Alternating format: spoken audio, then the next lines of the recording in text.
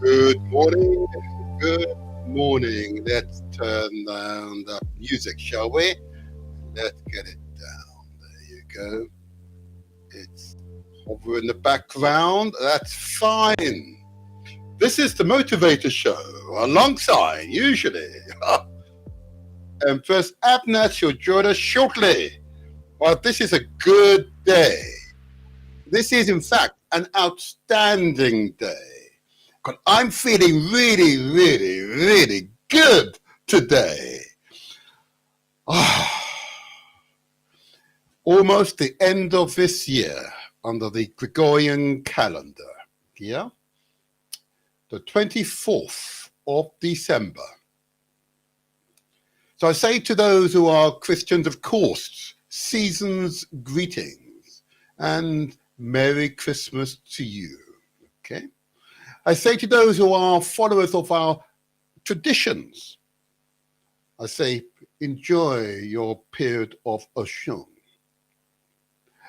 I celebrate, of course, and recognize an important celebration created by those of us of the diaspora.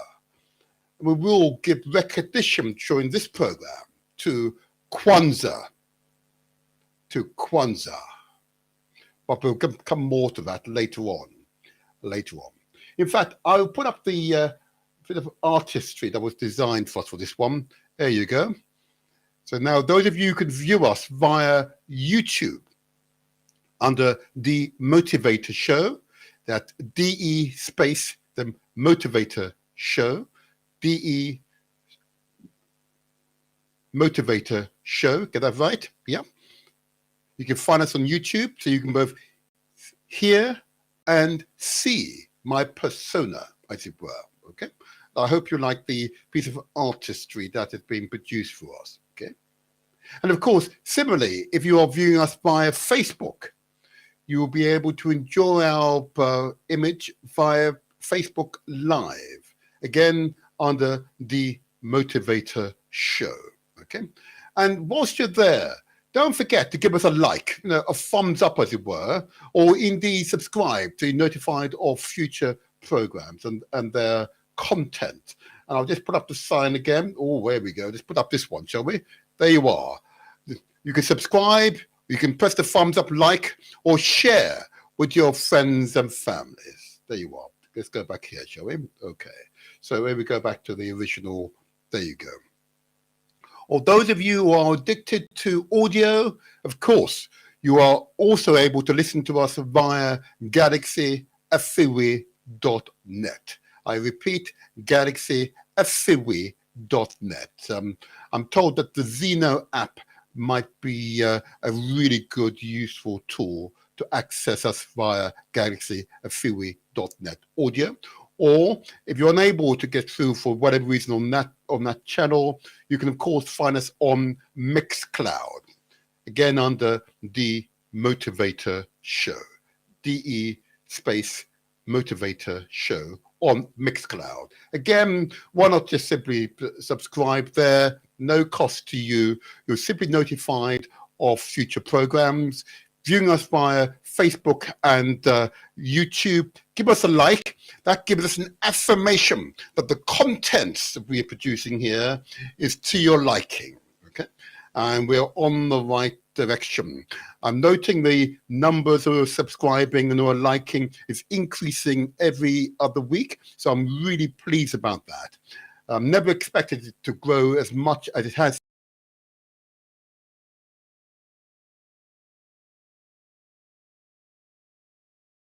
This achievement. So I'm really very, very pleased. Thank you so much for your support, for your listening ears, those of you on audio, and those of you on YouTube or Facebook. We appreciate you absolutely. You can both see and appreciate the audio via those two platforms. Okay. But today's program will be a reflection as well as a Kwanzaa recognition show. And the reflection will allow us to look back at previous shows and appreciate the quality of some of our guests. In fact, all of our guests, get that right, all of our guests have demonstrated a quality that are really a pleasure to behold. It's been a pleasure to review past programs and to note the inspired contributions that have been made by many guests, particularly the women guests. Absolutely outstanding, absolutely outstanding. But this section of the show, as usual, I want to remind us about our health. I do this because in my other hat as a public official, elected official, I see the stats. I see the stats. Yeah. And the stats make uncomfortable reading. They remind us that our community must take health as being a priority consideration for us. Okay. And it's quite clear, it is clearly evident that we are much too coy to discuss health and indeed sexual health matters. And that coyness is not doing us favors. It's not enhancing our position either here in Britain, Europe, or otherwise. Okay. It's actually contributing to promoting illnesses within the community. One of the basic factors that is clearly common across many of the primary health conditions that impact our community is our diet, our lifestyle. Okay. That is a significant contributor to the general health malaise that impacts our community. And those of you who are viewing us via YouTube and Facebook would appreciate this, because just above my head, there's a statement I borrowed from an inspired African man from galaxyafiwi.net, okay. Dr. Abu Ratata. Amongst other things, he says this: I am because we are. A profound statement, truly profound statement. I am because we, not I or my immediate ancestors, we, the collective, are. Profound. Therefore, we all have a responsibility to take care of each other because we're an integral part of each other, both now, the past, and the future. That's why these health messages are critical, absolutely critical, to change our attitudes, to change that mindset. So I'll go straight into this. I ask you, please, to consider the amount of sugar and salt that's in your diet. Do you need to add the additional spoons of sugar to your teas and coffees? Or those drinks you buy in a tin, that are usually laced with sugars? Yeah.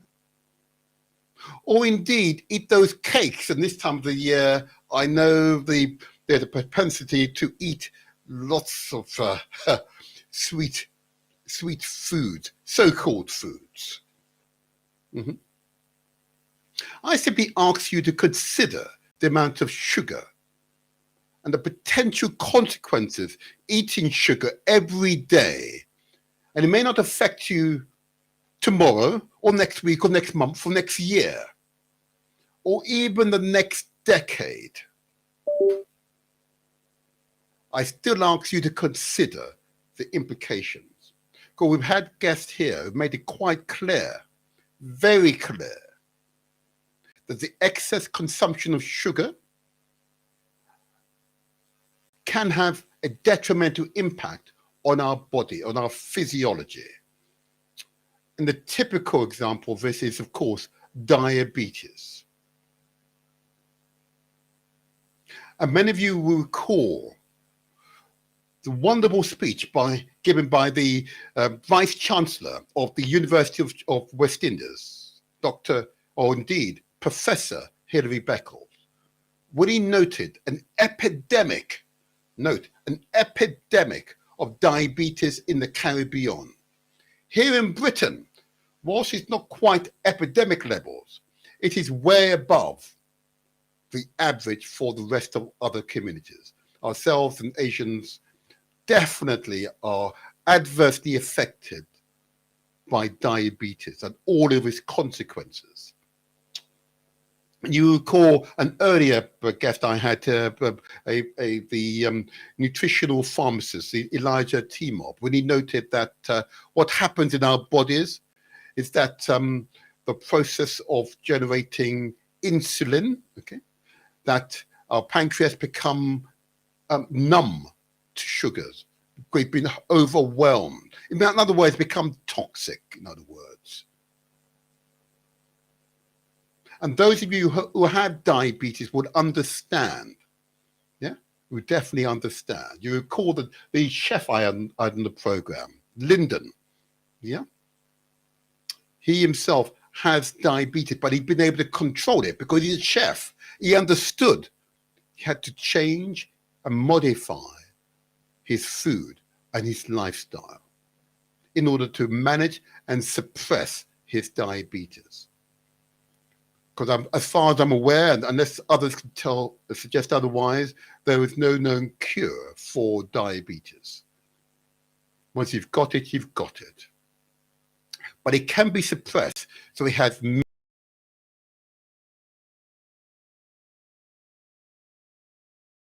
change. And your change is fundamentally about your attitude to sugar. Okay? Do you want to be in that position? I'm going to ask you again. Do you want to be in that position? Okay, I hear you. I hear you. I hear you. So we have to make those conscious decisions to change our lifestyle. And similarly with salt. We add it to our diet for flavoring purposes, we're taught this as children. We're taught to add it as part of the ingredients to our cooking. Actually, you don't need to. It is a fallacy. It is a fallacy. It is a fallacy. We do not need to add salt to our diets. Okay. Generally, in the foods that we consume, there's already salt embedded in those foods. Okay. But the hardening of the arteries, the raising of our blood pressure or hypertension, again, is another of those pervasive diseases that impacts our community. So I simply ask you to consider the amount of salt that you're ingesting. Do you need to buy the extra salt from the grocery stores? And I would assert to you, no, you do not. But I understand how some people might be wary about this, about salt and sugar, because it's something you've got used to. It's a ingredient you've got used to adding to it. But actually, I tell you all, brothers, sisters, elders, and children, you do not need to add additional salt and sugar to your diet. It is not needed. And I say to parents, I know, and this is not your fault because it's learned behavior. Giving children money to go to the sweet shop, particularly here in Britain, it being a big thing, a really big thing. Actually, give them money to buy fruits. Give the children money to buy fruits. Don't give them money to buy sweets. And if you're exchanging gifts this year, don't buy these big packets of sweets. Please do not do that. You don't need to do that. Let's make a conscious effort to change our lifestyle so you can live a long, healthy life. And when you're elderly, you're not weighed down by illnesses. And the true statement applies here for fat and carbohydrates. Okay? Carbohydrates in particular, from the breads and some of these root vegetables, and I'm going to name the principal root vegetables, particularly in our community, and that is the yam. I know, I heard the cry, I know. It is also the yam, the bread or the wheat products and the yam. Jam-packed with carbohydrates, which we then store to convert to sugar in our bodies. Come on now. Common sense says the quantums that we eat is challenging for our bodies over time. So I simply ask you to consider the amount of carbohydrates that you are consuming currently. And the excessive consumption of carbohydrates in the wheat products, in the yam, has a detrimental impact on our bodies over time. Yeah. And similarly for the fats, particularly in the meat products this year, I know many of you are, consuming the meat, and you grill it, or you bake it, or fry it, and you see the fat ooze out of the meat. It is fat. What your body will do is store it. Yeah. Dairy products are just fat. All your body will do is just store it. Yeah. Yeah. Cheese, it's just hardened cow fat. All your body will do is just store it. Margarine, butter, hardened cow's fat. The milk, bovine lactose, is primarily just fat intended for calves we give to babies. And I see many adults consuming milk as if they're babies. I'm sorry, adult, if you still do it, I apologize. But I note it's simply fat that we could do without. You can find other ways to obtain the nutrients and trace elements that you need for your diet. I pause because I know that this is, in some cases, quite shocking information. Okay? You can do anything you like in moderation. In moderation. In moderation.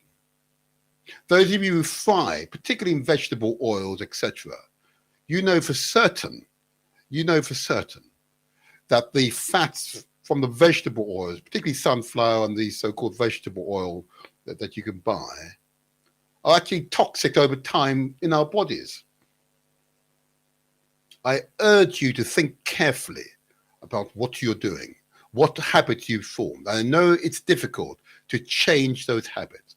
I recognize the difficulties. I absolutely recognize the difficulties. But I urge you to think carefully about the long-term consequences. I've cited diabetes and hypertension, particularly here in Britain. They are definitely way above the average for other communities, okay? Way above, okay? And the last ingredient that is very much in our diet that is a real impact on ourselves, and that's, of course, starch. And we primarily get our starch from rice. I know I can hear the cries again. Yes, I know the jollof rice. I know the rice and peas. I understand. Moderation. Okay. Starch, again, another one of those ingredients we convert to sugars in our bodies or store it. And you see many of our people bloated shoulders, bloated abdomens, yeah, bloated thighs, bloated buttocks, yeah. And I know that it has been said, oh, we have big bones. is what I hear. We are just human beings, okay? The human beings in China or Russia or indeed or in Africa or the Americas are all the same. Yeah, they're all the same. There is no such thing as big bones. There's a fallacy created by right-wing racists, in my view, designed to prevent those who are clearly overweight not taking the action they should take to prevent that overweight becoming a burden on their physiology over time. The impact it will have, of course, is profound. I'm not intended to offend those who are overweight. Not my intention. My intention is to alert you to the dangers. Because I am, because we are. I paused. I want you to hear that. I am, because we are interconnected. So I ask you to consider all of those facts, and if in doubt, please go to your doctor, verify what I've said. You know, I could have it wrong. In fact, I want to have it wrong, because clearly these diseases are impacting our community. Okay? And the fundamental reasons, I'm told by the experts, is excessive amount of, let me list them again, sugar consumption, salt consumption, carbohydrate consumption, starch consumption, fat consumption, excessive amounts. And not enough fruits and vegetables are being consumed. When I say vegetables, particularly green vegetables, are being consumed by our community. Particularly green vegetables. A broad range of vegetables is necessary, okay? But most certainly green vegetables. Not enough fruits and vegetables is being consumed. Too many of us are not drinking the appropriate amount of water each day. I have my water here, yeah? I'm told by the expert 2 to 3 liters, but please go to your doctor, go to your nutritional pharmacist for the accurate amount that is right for your physiology, for your height and mass. I urge you to do so. And not enough of us are exercising. It's so vitally important. We've got to exercise. Eat the right amount of fruits and vegetables, right amount, or consume the right amount of water, and then exercise. I've got my weights here. I'd like to demonstrate the weights, although I did my running this morning as well. Yeah, I did my... Oh, there you are. Oh, tell me, I really enjoy it. Just doing this now. It's quite addictive. It's quite addictive. All parts of my body is benefiting from these weights. I put it here in front of, it's right there in front of you. You can see my weights. I'm not talking out of my hat. It's what I do in order to maintain a vigorous body. Okay? You know? I want to be able to sweat in the morning because I've exercised to the point where I'm sweating, okay? And I've raced my heart under these conditions. And by doing so, you promote healthiness in your body. When I say that, of course, you improve your immune response when faced by bacteria and viruses and so on, okay?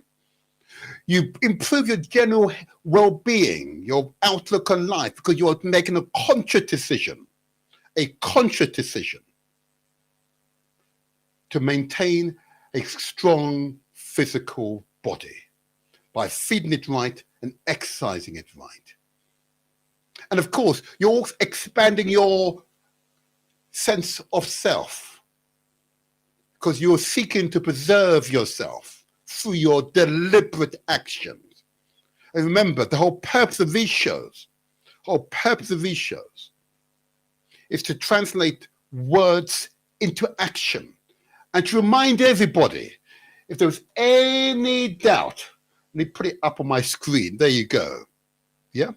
Success is ours for the taking. because of our deliberate actions, success is ours for the taking. It is ultimately a state of mind. And I hope these messages receive you well. And those of you who are going to have a banquet tomorrow on the 25th, I say to you, eat with caution. Be mindful, particularly adults and you're around children. If there's any other purpose of these shows, is that the adults there, the elders out there, will teach their children healthy lifestyle habits. The word habit is really important here because through a child's habit, that will affect their life, their health prospects for the next 20, 30, 40, 50, 60, 100 years, we hope. So our actions as adults, parents, guardians, elders are critical to ensuring the next generation don't make the mistakes that our generations have made. Because we know better. We know better. I hope this information receives you well. I am because we are. And I say there's a wonderful presenter on galaxyofuri.net by the name of Dr. Abu Watata. I've got those words from him. It was an appropriate words for the theme of today's show, which will be Kwanzaa, but it will be a reflective show where I will give highlights to past contributors, inspired contributors to previous weeks, indeed to this year's show. So this will be we'll take the first 6 months for this show and the remaining 6 months in the next strong show next Saturday. Okay, but most certainly this show is intended to continue the process of empowerment, raising of confidence, so that you are not simply listening to his word, but there is follow-up actions. Follow-up action for yourself, your family, your friends, your wider networks. Follow-up actions. And if there are no actions, then the whole purpose of this show has been defeated. So it's up to you. Sex is ours for the taking. Okay, all right, okay. Oh, it's now at the point of the show where I would like to do is I'm waiting for Empress Abner, she will join us shortly. She's been painting her home for the past 2 to 3 days, okay? So she's forgiven, okay? She's been painting. I offered to help, but, these modern women, huh? Anyway, what am I to say? But she's tired, so she will join us anyway. But I just want to go on this phase of the show. I want to recognize the significant contribution made by our contributor last week. I want to recognize a brother. Oh, no, forgive me. I should get this right. I want to get this right because wow, it was quite profound. I want to recognize Elder Darian Adolfo. He may well be my age, but he spoke with such wisdom, such inspired. He spoke with such gravity. He has a certain quality to his voice that every word you want to hang on to. He wanted to absorb each word that he uttered. And his contribution, last strong, was quite profound. A member of the Council of African and Diasporic Indigenous Spiritual Systems,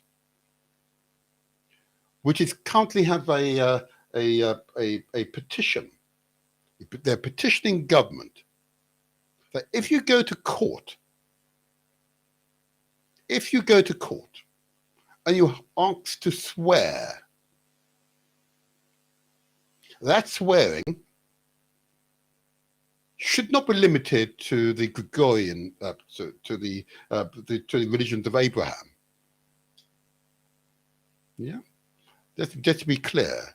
In other words, if you're Jewish, you could do it on the Jewish holy book. If you're Christian, you can swear on the Christian holy book. If you're Islamic Muslim, you can swear on the appropriate holy book. But if you're of an African traditional spiritual system, you're not able to swear. And in the days of our equalities, that seems wrong. Forgive me, that is wrong. So I agree with him that needs to change. Appreciation of our African spiritual systems, which have been around longer than the religions of Abraham. They should be appreciated and recognized. So I wish to acknowledge his work and members of that council, supporters of that council. I want to recognize you all as being an important contributor to the life and times of African peoples around the world. And I want to commend their work to you. And what made his contribution particularly important, because not only is he able to speak with such reverence on our spiritual systems, he spoke about it with a quality it's very rare. So I had to refer to him as elder, yeah, to achieve that status. So what I want to do here is this. It's just remind you that if we as a people, as a community, are to be respected by others, others must respect both our history, our culture, and our traditions.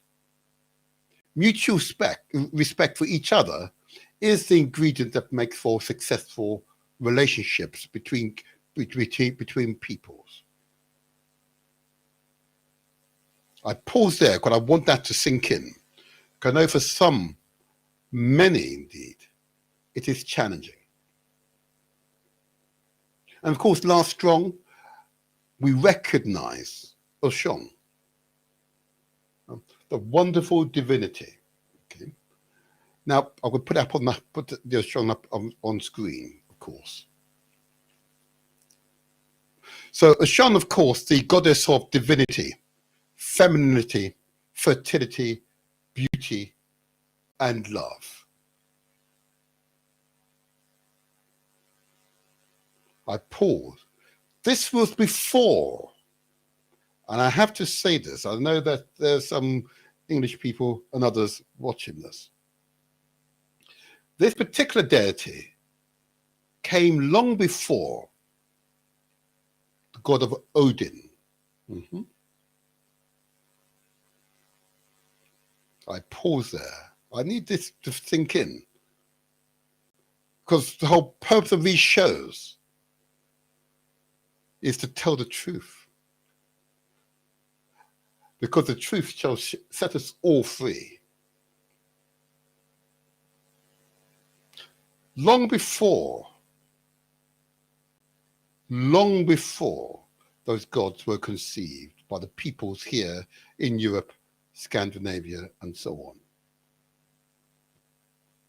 And I say that not in any way to denigrate, but again, another one of these facts. Upon the entry of Europeans into Africa, one of the most profound acts they carried out was the destruction of our spiritual places. Yeah? The robbing, when I say the taking of our literacy works, Why is that profound? 98.5% of all of Africa's literature and artifacts are either in European or private hands. The looting of our history, the looting of our historical, spiritual artifacts, and the effect of this is quite profound. Quite profound. And indeed, it's had a debilitating impact, not only upon my own people, but of course on all people that were involved in that activity. It may not be immediately obvious to many of those, particularly those families who are involved in such behavior. I'm assuring you, it has a debilitating impact. Okay. But let's appreciate Oshun, the goddess of divinity, of femininity, fertility, beauty, and love. Okay. Oh yeah. So I want to thank Elder Dadian for his contribution last strong. Outstanding contribution. Outstanding contribution. And I wish also to give recognition and respect to His Majesty, the King of Osun State, Eti State, in Nigeria, who I had the fortune to meet only a few days prior and not recognize its importance at the time. But I want to recognize you now. Thank you, Your Majesty. And thank you for your kind words. But of course, our as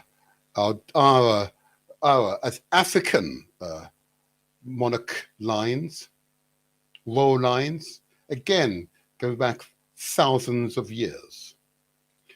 Let me put this one up. This is a picture of Queen Elizabeth II and Prince Philip bowing before Haile Selassie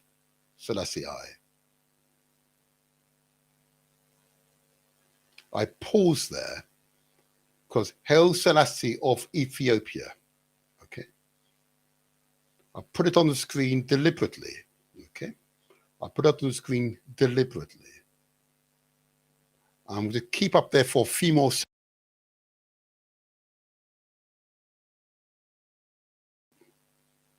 You see, from a psychological point of view, it is quite profound.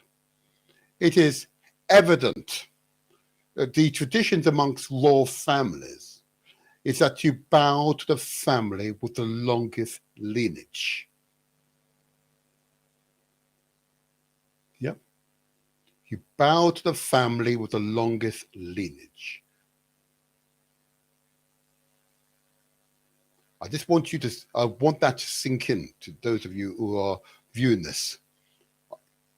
Yeah, it is a profound. And this is particularly important for the children because the propaganda they will be taught in schools here in Britain will only begin in terms of African history from the period of enslavement, the recent few hundred years. But this family represents a lineage that goes back more than 4,000 years. I'll let others come in and suggest the correct time period. Okay, I'll take that off now. So it is a profound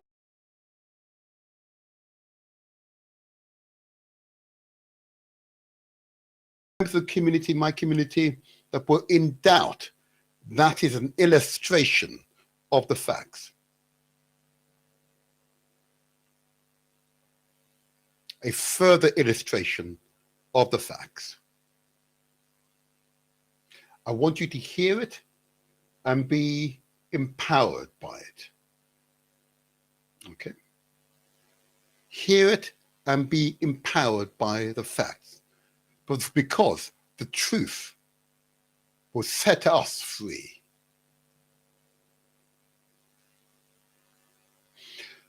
Now I want to come to the theme for today's show, and that's, of course, Kwanzaa. Now, this is an interesting one because it does allude to another aspect of the diasporan Africans, which, of course, I'm including the monks. Okay. And it is quite evident that whilst 98.5% of our literature, our artifacts, our cultural heritage are held by others. And yes, it has had an impact on our consciousness. But of course, as Elder Darian reminded us last week, or last strong indeed, our history is written in our DNA. Our history is written in our DNA.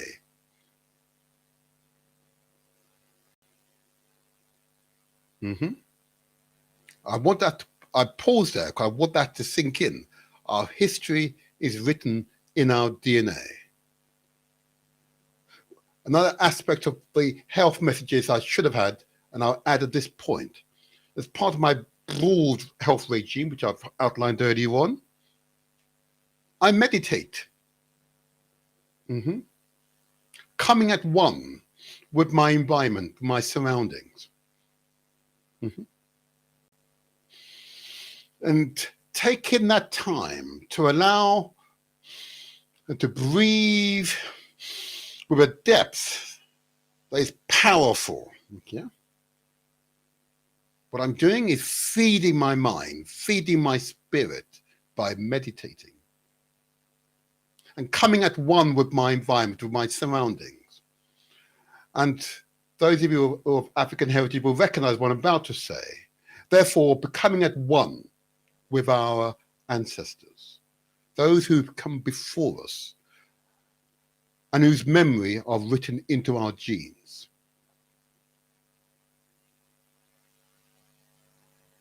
These are always powerful moments for us. In some cases, overwhelming moments. I've known friends at this point to cry uncontrollably. It is to that extent that they are affected. And they could be Christians or Muslims or Jewish, or other faiths. But that meditation, genuine meditation, where you clear your mind, you breathe with an intent, is truly an empowering experience. So I say to you all,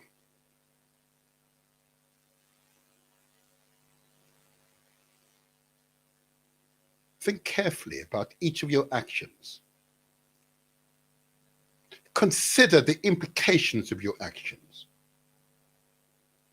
And most certainly when it comes to yourself, because reparation begins with self, you engage in a routine every day with the intention that you should live that day to the fullest. You should live that day to the fullest.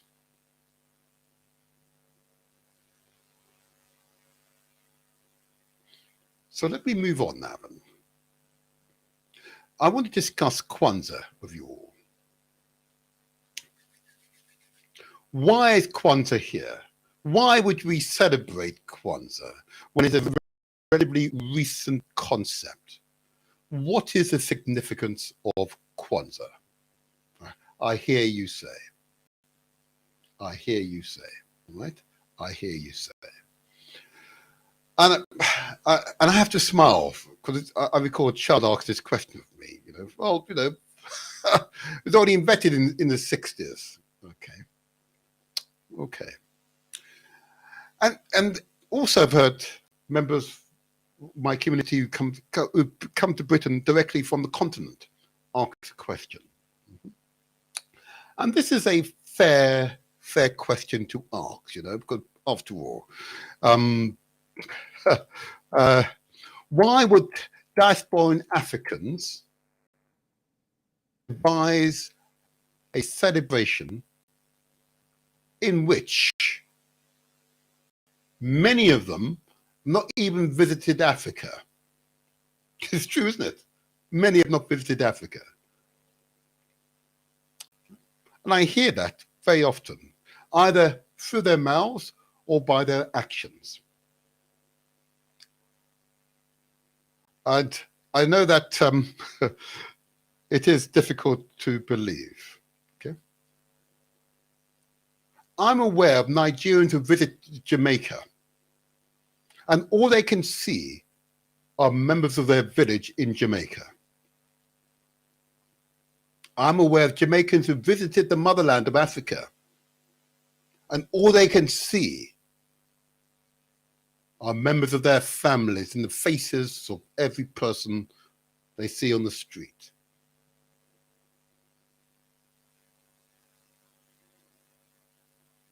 I pause there because I want that to sink in. And if there's a recognition that our history is written in our DNA, and despite the invaders, I have to call them invaders because they still hold on to our literature, our artifacts, our cultural heritage in the museums, both public and private museums. The biggest perpetrator is, of course, the British Museum, based here in London. New York museums, I'm aware. Yeah. Vast troves, treasure troves from Africa are in those museums.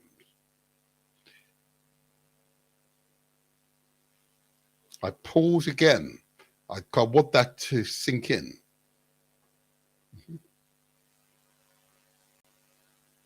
So the question, when raised, why Kwanzaa? And I have to say this. I have to say this to many. Whew. Can you imagine taking away my heritage?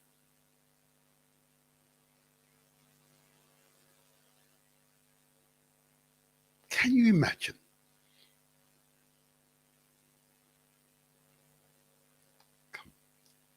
I pause again. Can you imagine? Look at me.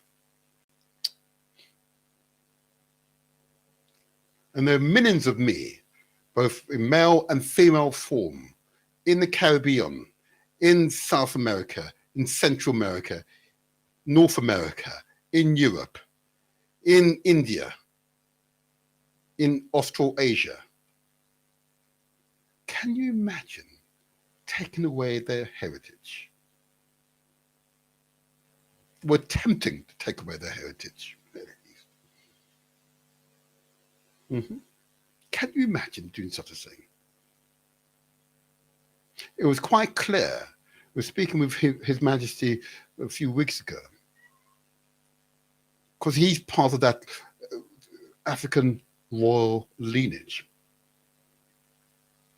recognizing that when he visits Europe, he visited London in this case, he could only see reflections of himself.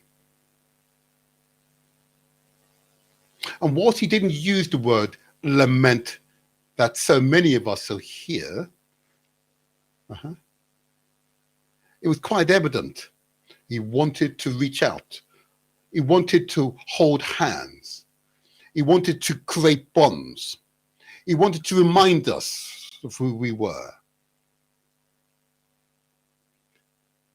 We had a very similar experience, of course, with another member of the royal lineage of Africa, Queen Tasso, in Ghana this time. She spoke with a similar tone a similar compassion, understanding the implications of what has happened in the recent 400 to 500 years, and the profound impact it's had on the continent of Africa and indeed on our peoples.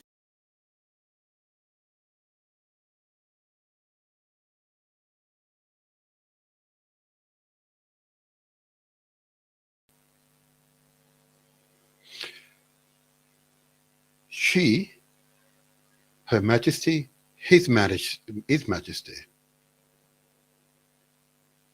I'll say again, she, Her Majesty, and His Majesty recognize I am because we are. Intuitively recognize I am because we are. Intuitively. And I wish to encourage other members of the royal families across the continent to do the same. Because we need to hear from you. We all need to hear from you. And I hope in the spirit of inclusiveness that you can overcome many of the political turmoils that affect some of our countries. But most certainly in Nigeria, I'm keen that that happens there. And equally, the religious turmoil that pervades our continent.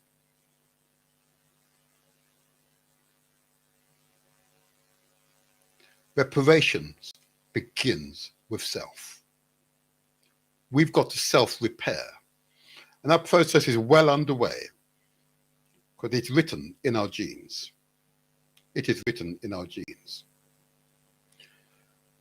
So what I'm going to do, I'm going to play a clip on the history, a brief history of Kwanzaa. And I'm going to take, and I want to recognize, first of all, before I begin this, and I should do this, it's good practice in YouTube, and it'll be heard throughout the other platforms, to recognize the content creator called Matter of Facts. Okay, so I'm going to just set it up. Give me a moment to set it up for you. I want you to listen carefully to the word. To these words, and we'll get through this in a second. Oh, I've got to do something before we write. I'm sorry about this. I'll get it there. Anyway, let me talk on whilst I set it up. Okay, let me set it up. So, in recognizing that, in fact, for change to be meaningful and sustaining, okay, we've got to work together. Okay, no man or woman is an island. Even though I know often there's a tendency for at least some members of my communities to take on some quasi-national identities, and those national identities override common sense. Okay, override common sense. Okay. What is Kwanzaa? Okay. How did it start? Let me just pause this. I'm going to bring up on the screen, and then we'll talk further about common sense. Okay, so I'm going to get this introduction in. Bear with me for a moment. I'm going to set it up as I'm.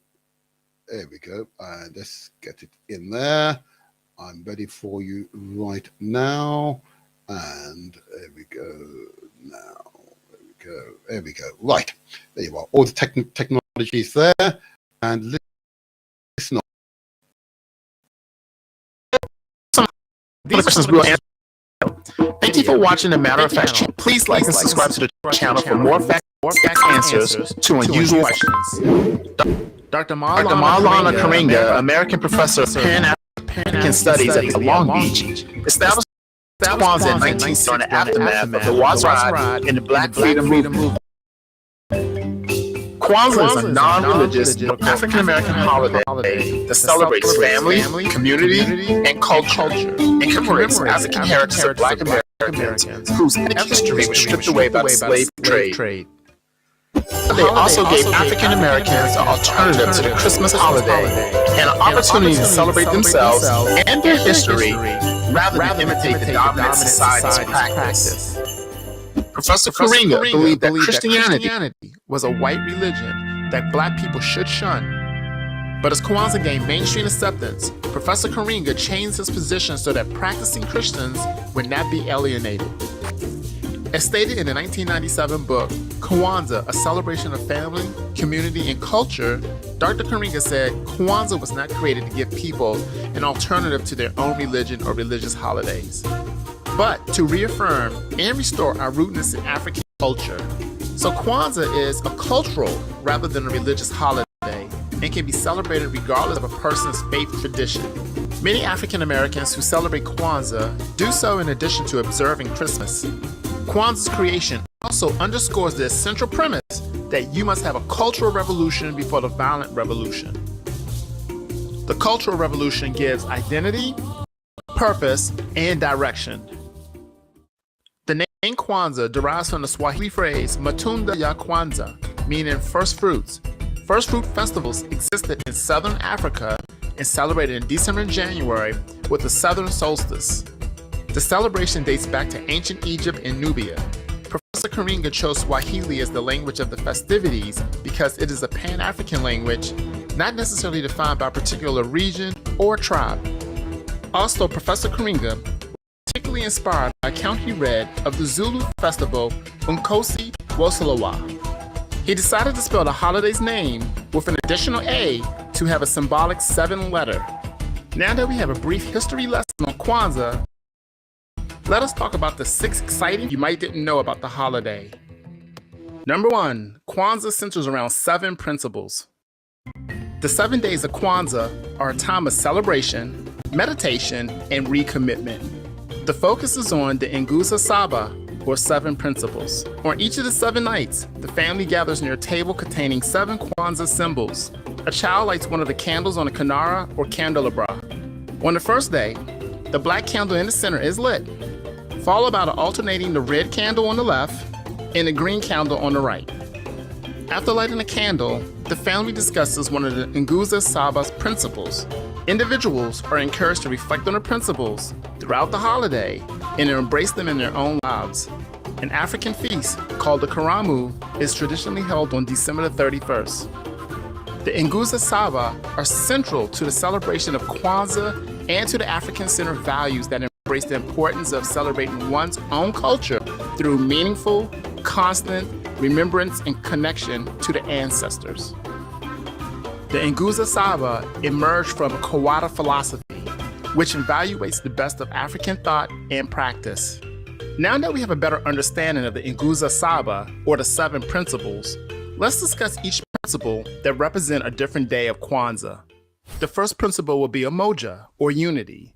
Umoja stresses the importance of togetherness for the family and the community, which is reflected in the African proverb, I am because we are. We believe that everyone in our community is responsible for one another and that by working together, we will achieve great things. The second principle is Kujichagulia, or self-determination. That one may define themselves for themselves. It isn't just about you or me, it's about us, our community, and how we celebrate our culture and independently use our resources to determine our future. The third principle would be Ujima, or collective work and responsibility. This means that one's successes are shared throughout the community and vice versa. We are collectively responsible for our achievements as well as our setbacks. We must build and maintain our community together and make our brothers and sisters problem. Yes, to whom much is given, much is expected. The fourth principle would be Ojima'a, or cooperative economics. What this means is that sharing what we have with others to benefit everyone.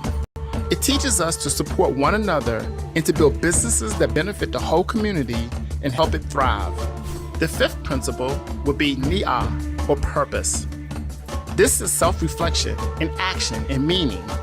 It's not enough just to have money. Yes, you can pay bills, buy food and other things you want, but your life will have much more meaning if your money is used for a purpose. And the sixth principle will be kuumba, or creativity. Expressed in art, work, thoughts, and acts, creativity means to perform acts that leave our community more beautiful and beneficial than we inherited. And the seventh and last principle is imani, or faith.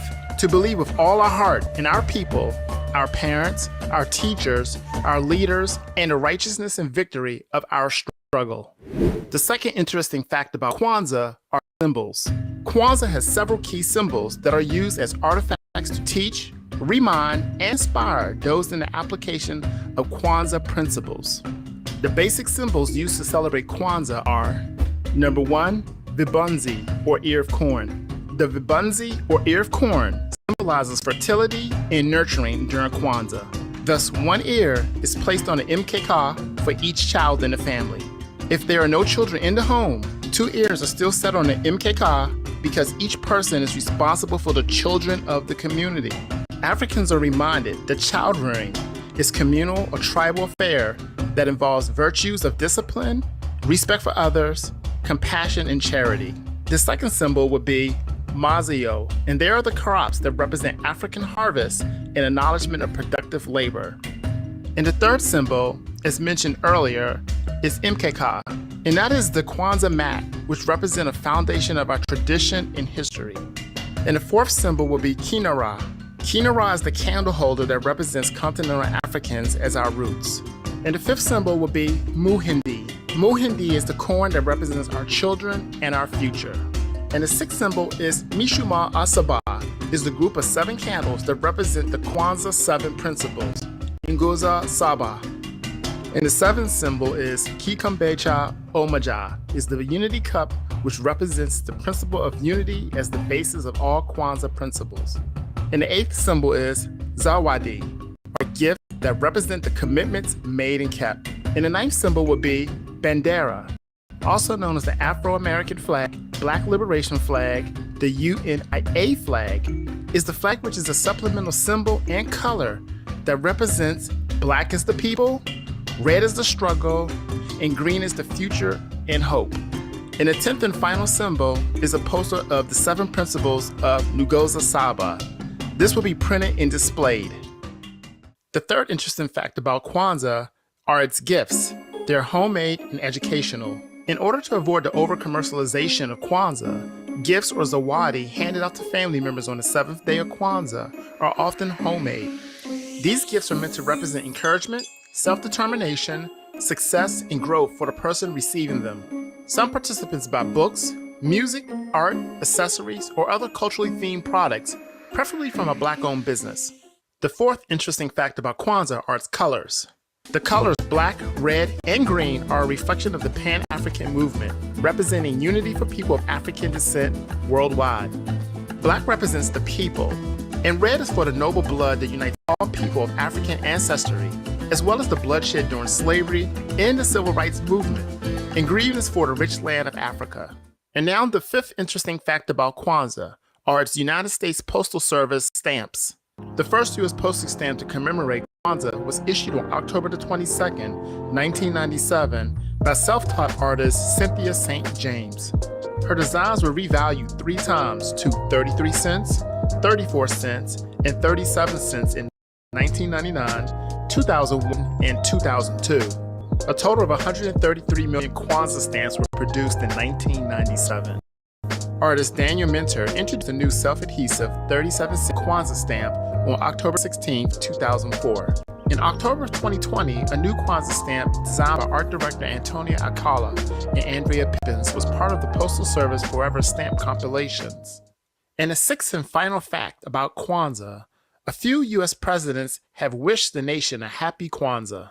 When President Barack Obama and his wife Michelle occupied the White House, towards the end of December, they would issue a statement to all those celebrating Kwanzaa. We know that there are still too many Americans going through enormous challenges and trying to make ends meet. But we also know that in the spirit of unity, or Umoja, we can overcome those challenges together.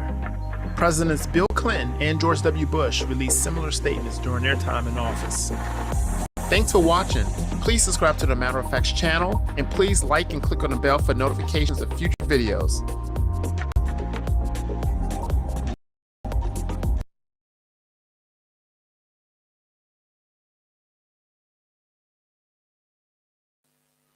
There you are. There you are.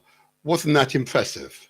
Wasn't that impressive? And I've got to say that there are quite a number of really interesting videos available via YouTube in this case. So I want to commend the Matter of Fact the channel, and that Matter of Fact with an X at the end, I might say. F for Freddy, ACTX.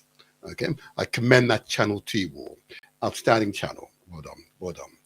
So what I'm going to do, I'm going to open up the phone lines as I go through each of the in Google Saba, the various days of Kwanzaa, and I welcome your contribution.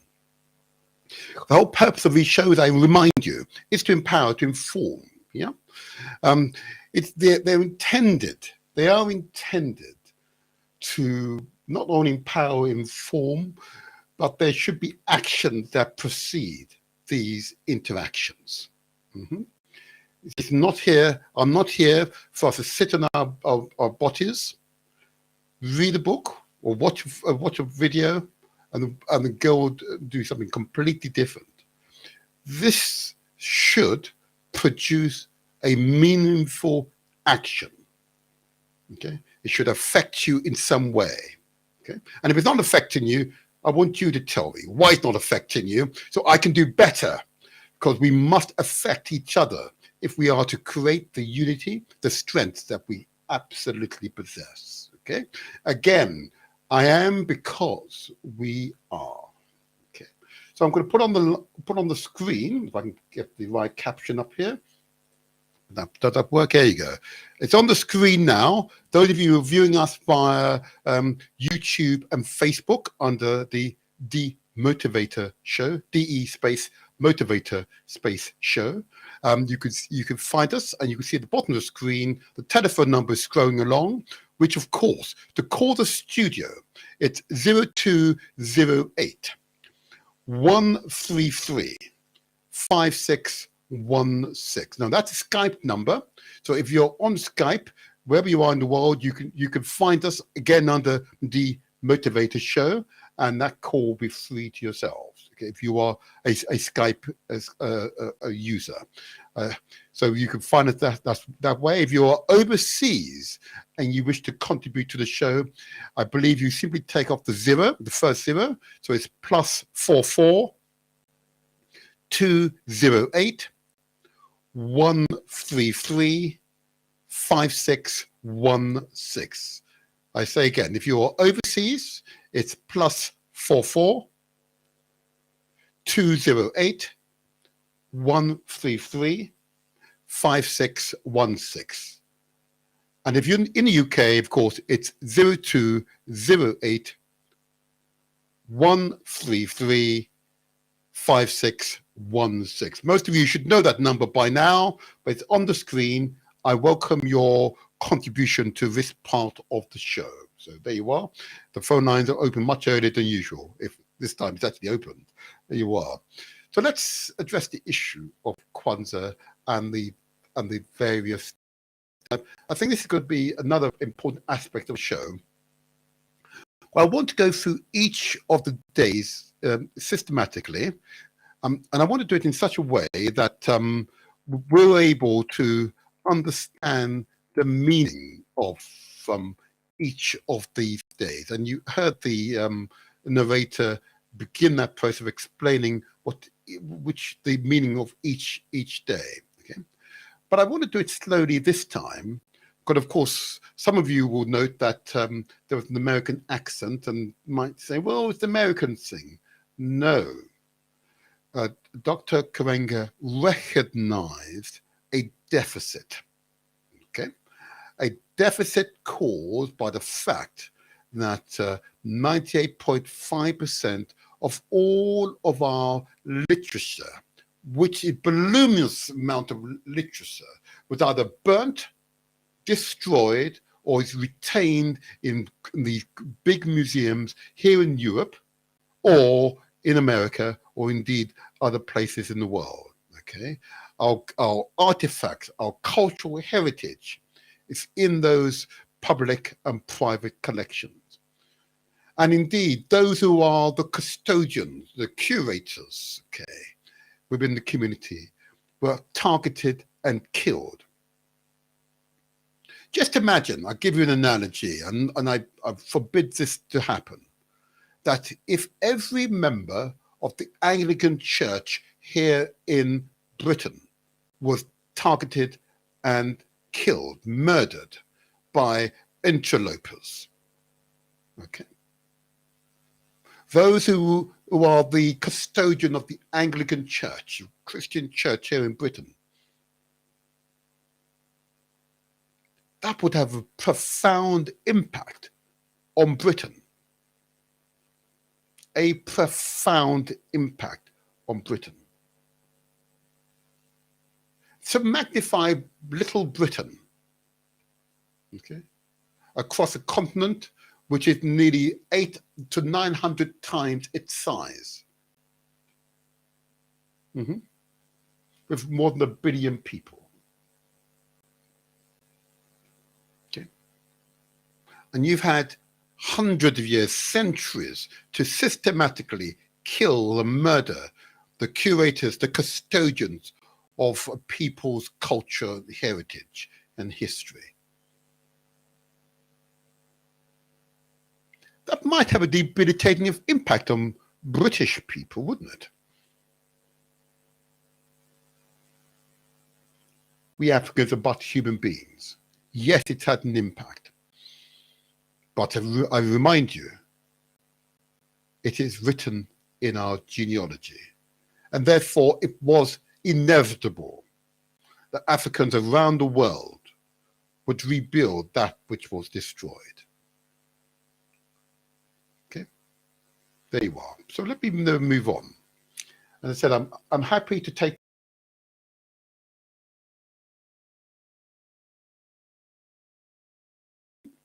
who I know at this point will have much to say on the subject of Kwanzaa. So again, if you're in the UK, it's 0208 133 5616. You can view us on YouTube and Facebook. You can see it scrolling at the bottom of my screen. And those of you listening to us via galaxyfui.net or the Zeno app, of course, you've heard the number. If you're overseas, you simply take off the 0. It's +44. I understand. Okay. I welcome your interaction on today's program. So what I want to do now is just systematically go through each of the various days of Kwanzaa. And let's begin with Umoja. So Umoja, or unity, to strive for and maintain unity in the family, community, nations, and our peoples. Let me say again, Umoja, unity. To strive for and maintain unity in the family, community, nations, and our peoples. Now that's a biggie, of course, yeah? Because, you know, there's lots of strife amongst the African communities, and most certainly within our families, too many of our families, okay? And I've always sought, wherever possible, to speak in inclusive terms. Oh, I think we have a caller on the line. Welcome, caller, with number ending 9034. Good morning to you. Good morning to you.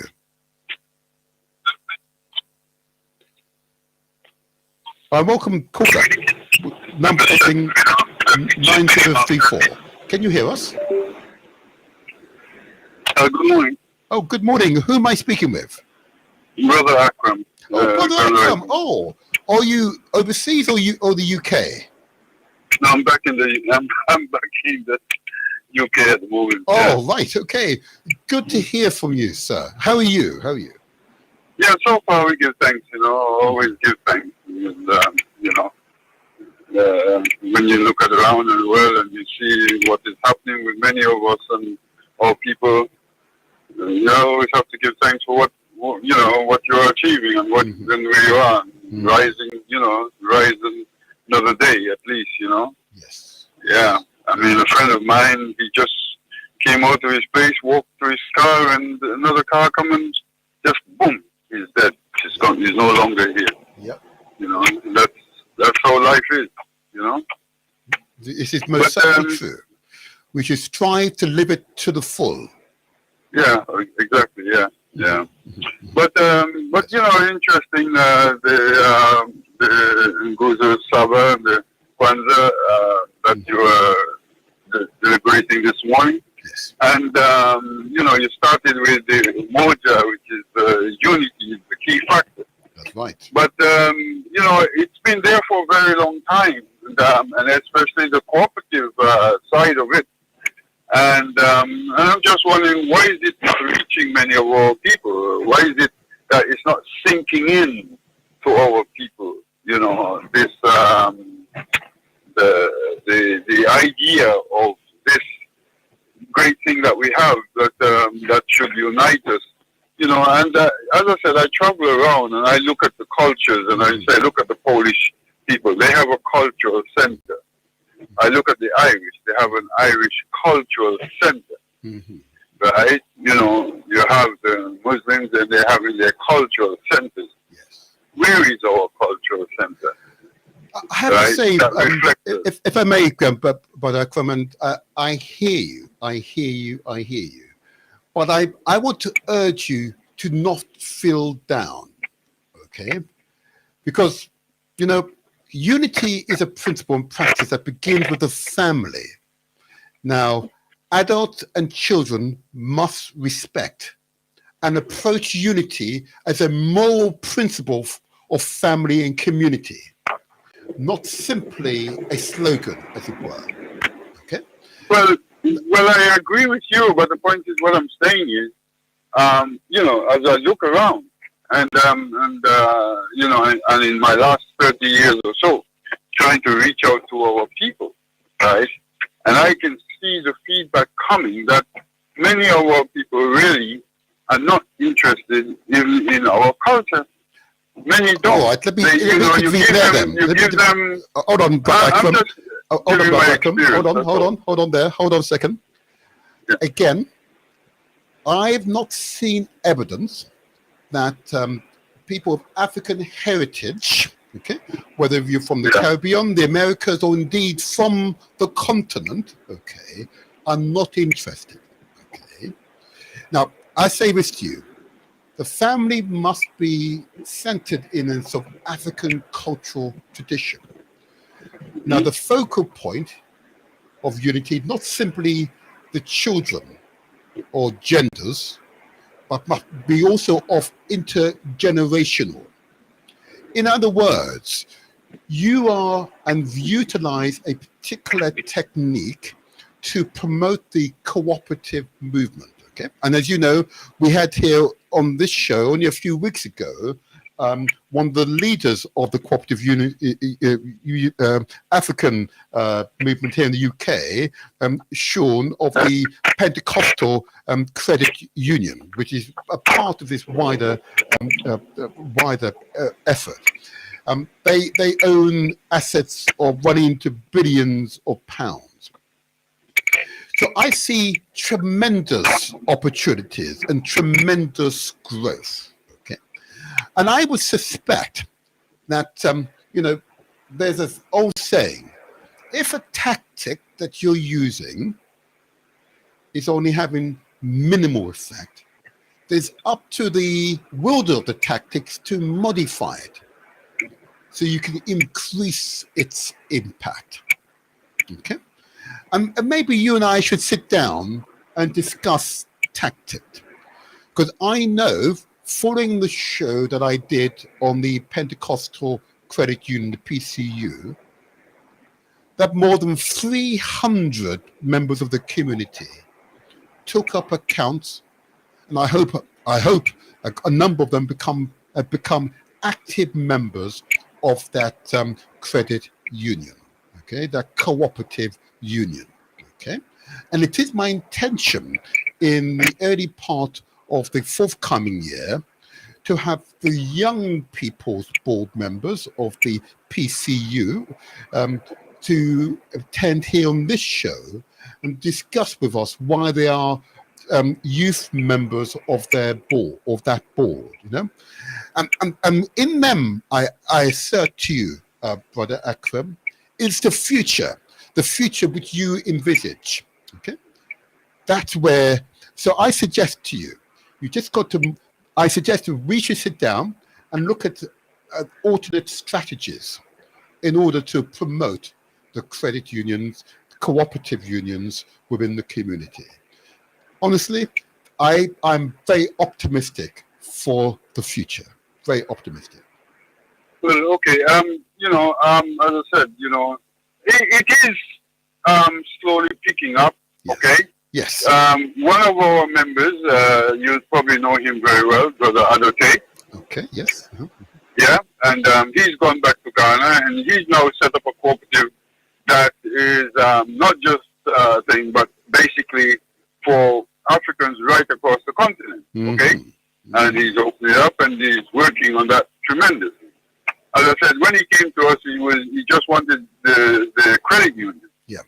Whilst being with us, he saw the bigger picture of the whole of the cooperative. That's right. The credit union and the cooperative combined together. And he has gone back to Ghana, and he has started that process, right?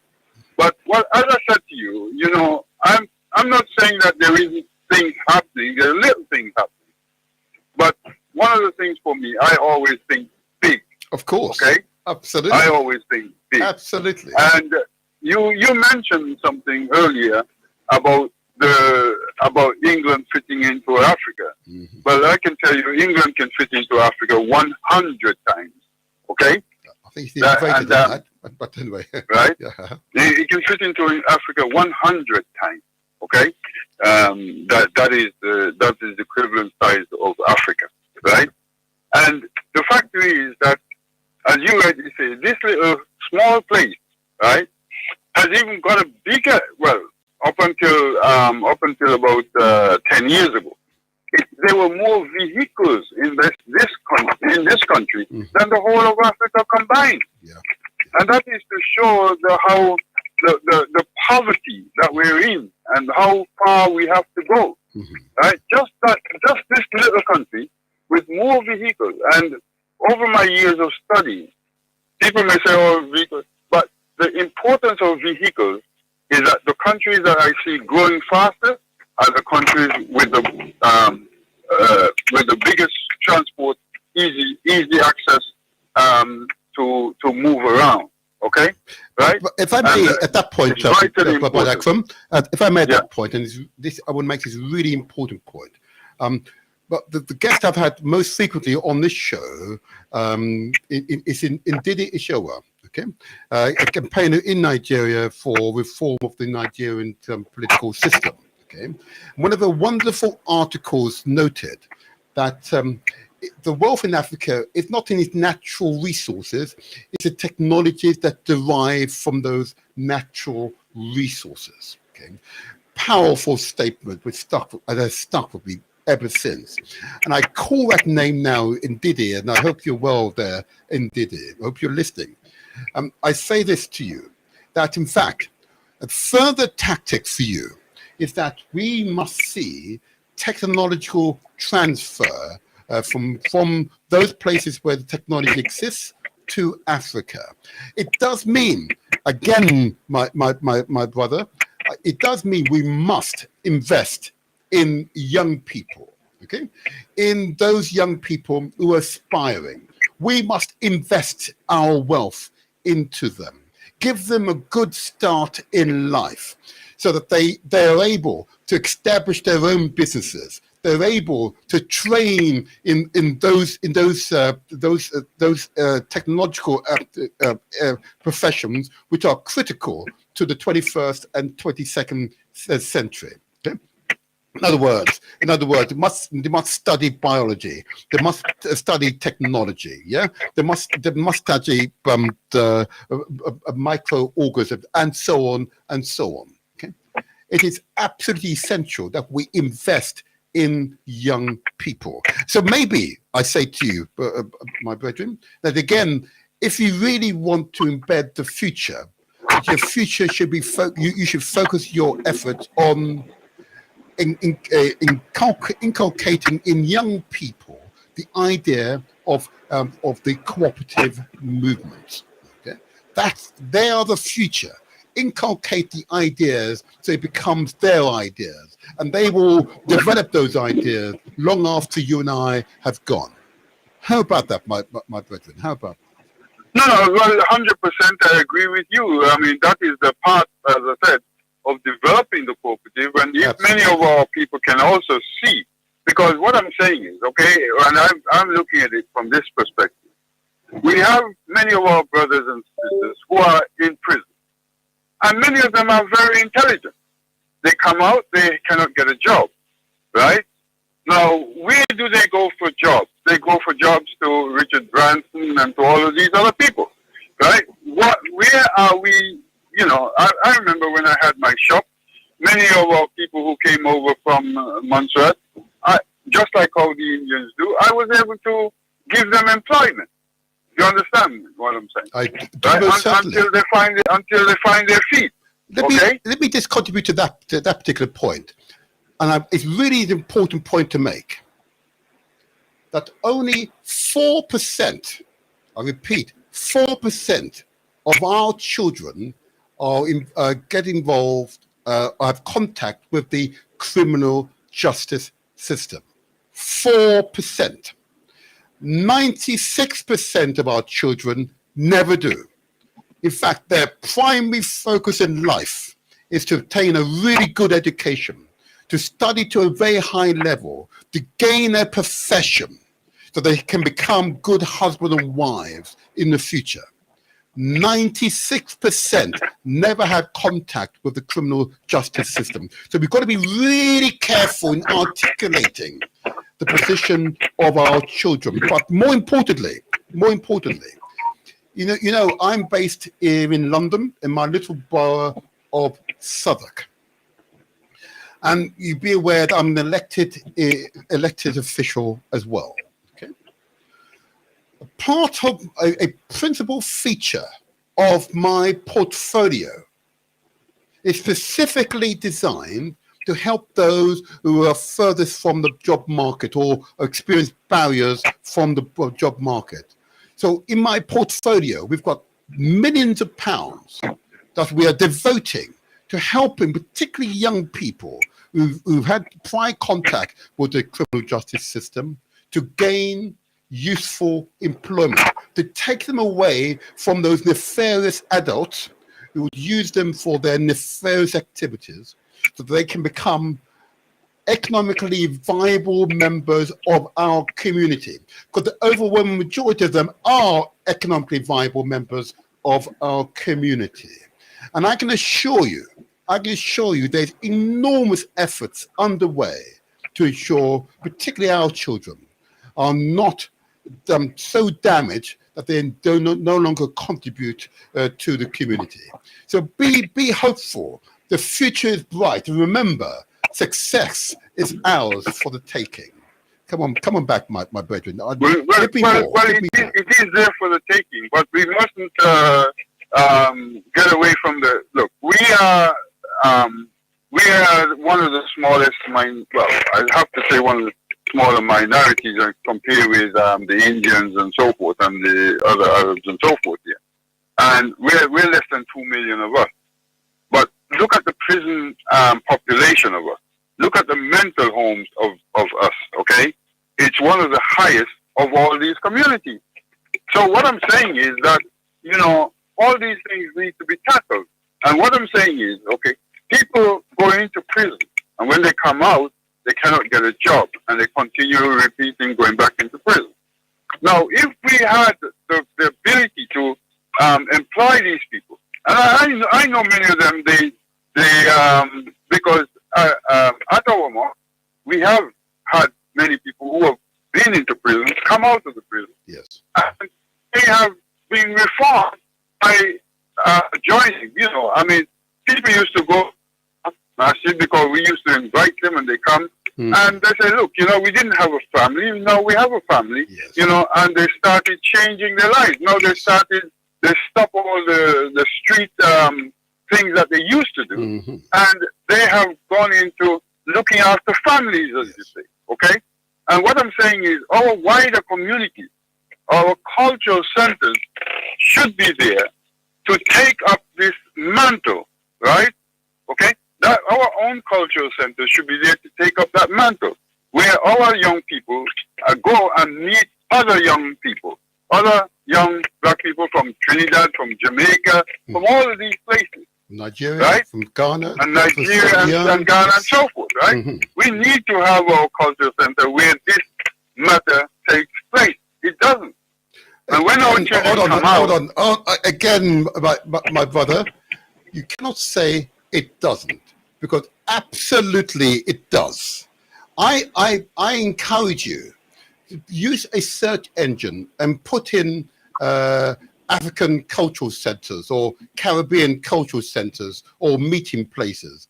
And you see hundreds of them appear in the search engine results. Right across London, there are many centers that are wholly financed and controlled by our communities. Okay, without a shadow of a doubt, I come across so many of them. I have to say to them, I say this to you because maybe you and I don't sit down and reason enough, and I need to be able to demonstrate to you the facts as I've encountered them. I want to sit down with you, but I can, because you are a visionary man. Okay, you are a visionary man. Okay, your vision for the African Cooperative Union is one that we should not simply commend, that we should continue to activate. Because I had you in mind when I had the PCU here, so I'm intent to get yourselves and other colleagues from the African Credit Union on the show later next year. But right now, I'm focused on you. But I want next time you come onto this show, your narrative is one where you're built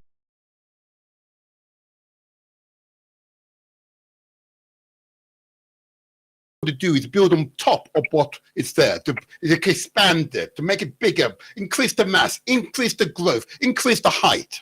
That's what you want to do. So I'm going to sit down with you. And if you're around between now and the new year, we need to do some reasoning. Okay? I'll demonstrate, I'll present the evidence to you so you know for certain that these cultural centers, these places that we are collectively ensuring exist for us, exist. I don't understand why you don't know this, but if it's necessary, I will do what is necessary in your support. But I want your vision to come to pass. Again, part of my own portfolio, the promotion of cooperative activities is a central part of my portfolio. So I want to encourage you, please, and those of you who are listening who wish to join the African Cooperative Union, I commend them to you. I equally commend the Pentecostal Credit Union, the PCU. You do not need to be a Pentecostalist to join that credit union. I say ultimately, though, and I say to you, my brethren, that if we're to make changes, our narrative must be inclusive. Our narrative must be intending to build. Yeah? Our narrative must inspire others into action. Okay? Remember, the whole purpose of these programs is to note we translate words into action, and of course remembering that success is ours for the taking. I am because we are assured. Yeah, well, can you, if you have access to these cultural centers, of course, please can you point them or ask them to contact us at the African Cooperative Union? Then we can come to them, and because as I said, I would like to meet up with most of these young people to basically highlight to them that the future can be very bright for them. It will be bright for them. Not can be. It will be bright for them. Oh, come on, man! Well, I want you to use that energy. Because, come on. Well, yes, I mean, unless they take a reaction, because yes, it can be bright for them, and it will be bright for them if they take the action. Absolutely. But if they stay as they are, you know, and you must agree with me that many of our people, right, were born here in the last 70 years. Okay, I mean, there's a small population who have come here, you know, right, as compared with those who were born here. So many of them really does not know the full extent of our culture, right? You understand what I'm saying, right? They don't know and understand the full context of our culture. So basically, trying to groom them into that sort of situation is a mighty task. And as I said, if we have those cultural centers, then I would really love to meet up with them. And, you know, because I've traveled wide and far in the last 10 years, 12 years, looking for these things. And I have not seen these cultural centers. Okay, all right. Okay, I understand. If I may, I understand you. So that's one promise I'm going to make to you. I'm going to provide the introductions for you. Okay, I'm going to provide the introductions for you. I understand your frustration now. I will provide the introduction. Okay. So remember, I've said earlier that unity as a principle and the practice begins with the family. Adults and children must respect and approach unity as a moral principle of family and community, not simply a political slogan. Okay. I want you to keep those words in mind. As I said to you, in my deliberations and my communications with a lot of people, and as I said to you, over the last 30 years, I have communicated with a lot of people. Okay, and the problems that these people are reporting back to me. Okay. Okay. Brother Akram, I'm going to bid you farewell now. Okay. Thank you. I allowed this interaction going slightly longer. It was useful, but it was important to hear your words and to respond appropriately. But this has been a useful interaction because, of course, it will now follow with an action. And therefore, the purpose of these shows is that we translate words into action. And you and I are going to meet. I'll provide you with some of these introductions, the evidences you will need. I'm going to bid you goodwill to you today. Bid you goodwill and happy Kwanzaa. And happy Kwanzaa to you. And as I said, I mean, your shows has always been very motivating, and I like the approach that you have taken. Thank you. Thank you. So yeah, I mean, Thank you. I hope that many people do learn from your shows. Thank you. Yeah. Thank you so much for taking the time. Thank you very much for having me. Thank you, bye. Yeah, my pleasure. Brother Akram, I always enjoyed talking to Brother Akram. So the second, and I've hopefully got enough time to get through this, but the second syllable of under Kwanzaa, of course, is Kuji Kuchuchida. In other words, self-determination. A really important one. Commitment and practice is a saying that goes on. The second principle of the Nguzo Saba, Kuji Kuchuchida, right? Self-determination. Now, it demands that we, as an African people, define and develop ourselves instead of allowing or encourage others to do this for us. Yeah? It requires that we recover lost memory and once again shape our world in our own images and interest. And it's a call to recover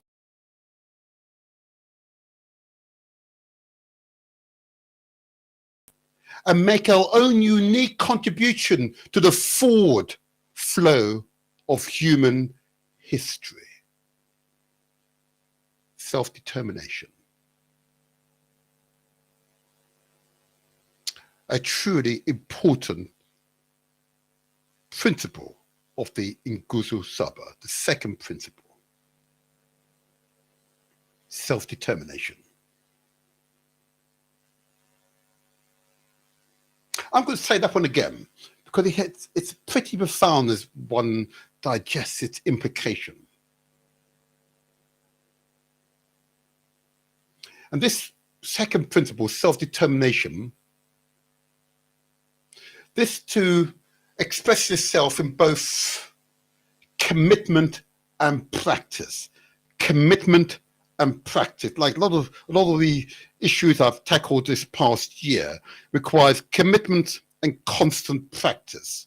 You know, the health section is certainly a commitment and constant practice. And it demands that we as African peoples define, defend, and develop ourselves. Instead of allowing or encouraging others to do this, it requires that we recover lost memory and once again shape our world in our own image and interest. And it's to call, to recover, and speak our own special cultural truth to the world and make our own contribution to the forward flow of human history. Wow. Isn't that powerful? Isn't that powerful? Isn't that powerful? And requires that level of commitment and constant practice. You teach this to a child, oh my gosh, that child will be an outstanding adult. I'm assured it will be an outstanding adult. An outstanding adult. Wow. Let's go to the third one. And the third principle of Kwanzaa is Ujima. Collective work and responsibility. I like this one. Collective work and responsibility. I like this one. Which is a commitment to active and informed togetherness on matters of common interest. I'm going to say that again because it's really profound and definitely affected myself in my political and other social life, okay? Third principle of Kwanzaa, Ujima, collective work and responsibility, which is a commitment to active and informed togetherness. I think that series of words are so important. Commitment to active and informed togetherness on matters of common interest. It's also recognition and respect for the fact that without collective work and struggle, progress is impossible. And liberation, as it were, is unthinkable. Moreover, the principle of Ujima supports the fundamental assumption that Africa and African is not just an identity, but it's also a destiny and duty. Therefore, a responsibility, a destiny and duty, and therefore a responsibility. In other words, our collective identity in the long run is a collective future. Thus, there is a need, an obligation for us of a self-conscious and committed people to shape our future with our own minds and hands and share its hardship and benefits together. Wow. Isn't that powerful? Isn't that powerful? And I say to you, listeners and viewers, if you were able to implement this Ujima, all the other principles will fall into place, in my view. Collective work and responsibility. Working together and taking responsibility for both the downs and the ups, the successes and the failures. Mm-hmm. And the struggle, remember I used the word struggle? That's the trials and tribulation, which is just an integral part of family. Let me show you. That's an integral part of family, integral part of organization or inter-organizational working together. Collective work and responsibility. So I hope you hear and can implement this principle, the third principle, as part of your everyday consciousness. Okay. Oh, that's a powerful one. I've always enjoyed that particular one. It's absolutely spot on. Ujima is the next principle. Shared work, wealth, and doing good in the world. Mm-hmm. This one I've always found to be pretty powerful, okay, because this goes back to Brother Akram there, you know. And Brother Akram, of course, in inciting either consciously or unconsciously the fourth principle, Kwanzaa, which is cooperative economics. I say again, cooperative economics. He's translated that to mean cooperative organizations, absolutely. But cooperative economic means, of course, supporting our own businesses, for example. Yeah, we recall Hugh and his wonderful wife from Black Recommendations, a Facebook-based social group, okay, which seeks to support our businesses. Yeah, that's another form of cooperative economics, and I commend Black Recommendations to you. They're both on Facebook, and of course they have their own website. I'll give you the detail of their website shortly. Okay, I want to commend Black Recommendations to you. But cooperative economic, and it's essentially a commitment to the practice of shared social wealth. Shared social wealth. And the work necessary to achieve it. Ujima literally means familyhood. Yeah? Familyhood. And suggests a sharing of work and wealth in a manner of a family. Which is why I say brothers and sisters understand our children and elders. So a sense of family. It's going to be an integral part of our narrative. It grows out of a fundamental communal concept that social wealth belongs to the masses of people who created it. And that no one should have an unequal amount of wealth that gives him or her the capacity to impose unequal, exploitative, or oppressive relations on others. Pretty important, and those of you who follow me on Twitter, you know I don't really approve of those rich and powerful people who have unequal influence, because they have unequal wealth. I don't approve. I do not approve. Okay. Reason why I'm a member of the Labour Party is because of its egalitarian roots. Mm-hmm. So the sharing of wealth is another form of communitarian exchange. Communitarian exchange. Communitarian exchange. Sharing and cooperating in general. But it's essential because without the principle and practice of shared wealth and social conditions for exploitation and oppression and inequality, as well as a deprivation and suffering, are increased. Because without these principles, this is what will happen. Social conditions for exploitation, oppression, and inequality, as well as deprivation and suffering, are increased without these principles. Within the community, we need to develop and ensure these principles are truly embedded. I commend Ujima to you. I commend Ujima to you. Now, there's a special one, which I've always liked, Like because it's, spiritual. Near purpose.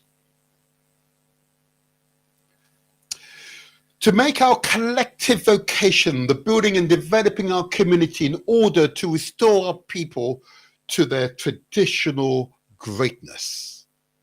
Purpose. Let me say that again. To make our collective vocation, the building and developing our community in order to restore our peoples to our traditional greatness. So that this one, for obvious reason, I would definitely align myself with.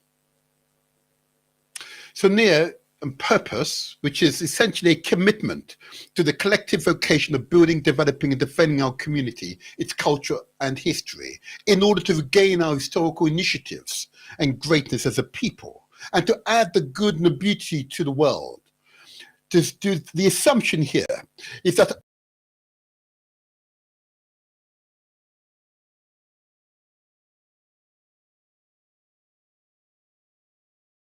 African peoples, okay, whether you were born in Africa or not, share in the great human legacy Africa has given the world.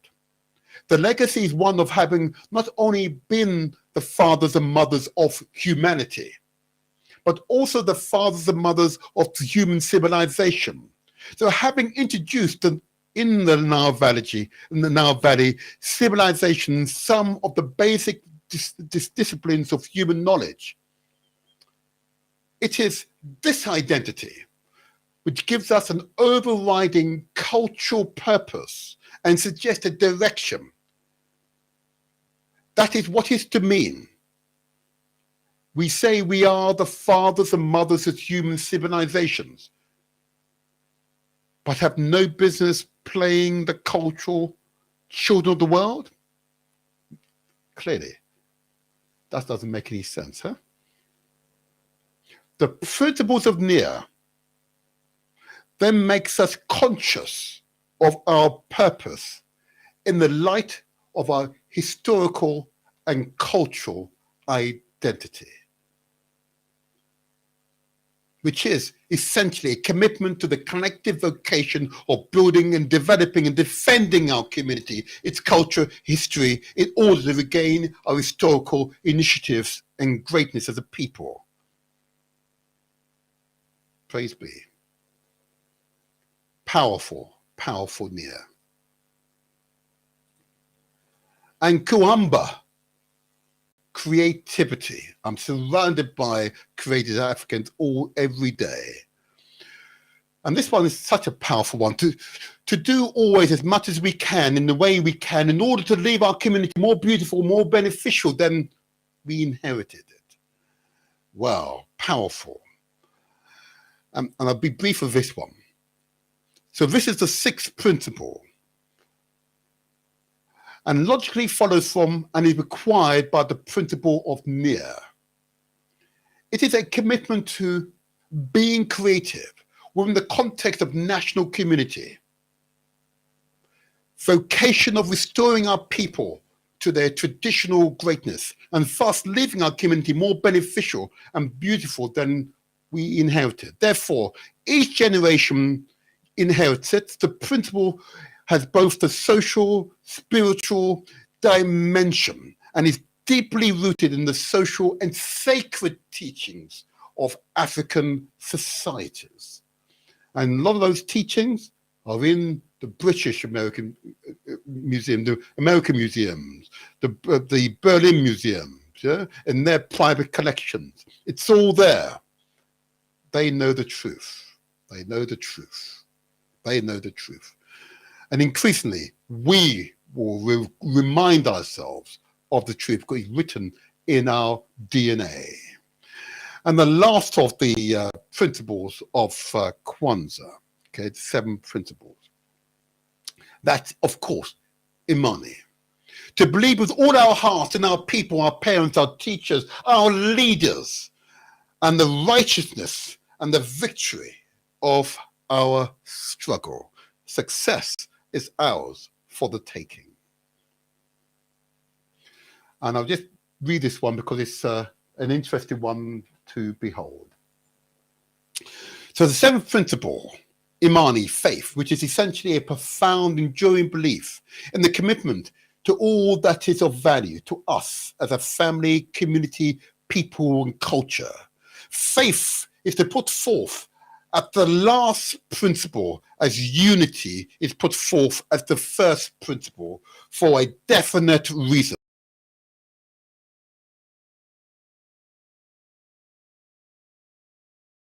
Faith, we cannot sustain that work. Unity brings us together and harness our strengths, but faith in each other, and the good and the right and the beautiful inspires and sustains and coming together, and the commitment to take our work to its end. I hope those words resonate with you. I hope those words resonate with you. I'm up to time now. Oh gosh. Oh my gosh. That was wonderful. I hope those 7 principles, as explained, as detailed, you're able to teach others, both children in particular, but those of your families, those in your friends group, your wider network, the wider community. Please, those principles of the Ngugu Saba are our principles and our principles for change, for improvement, for enhancement, for our general health and wealth. I say to you all, good day to you all. Good day to you all. I need to log off the Galaxy Freeway network now.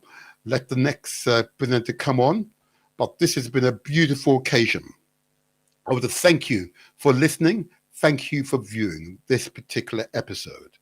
And I promise you, there will be more powerful episodes as the faith in our peoples grows.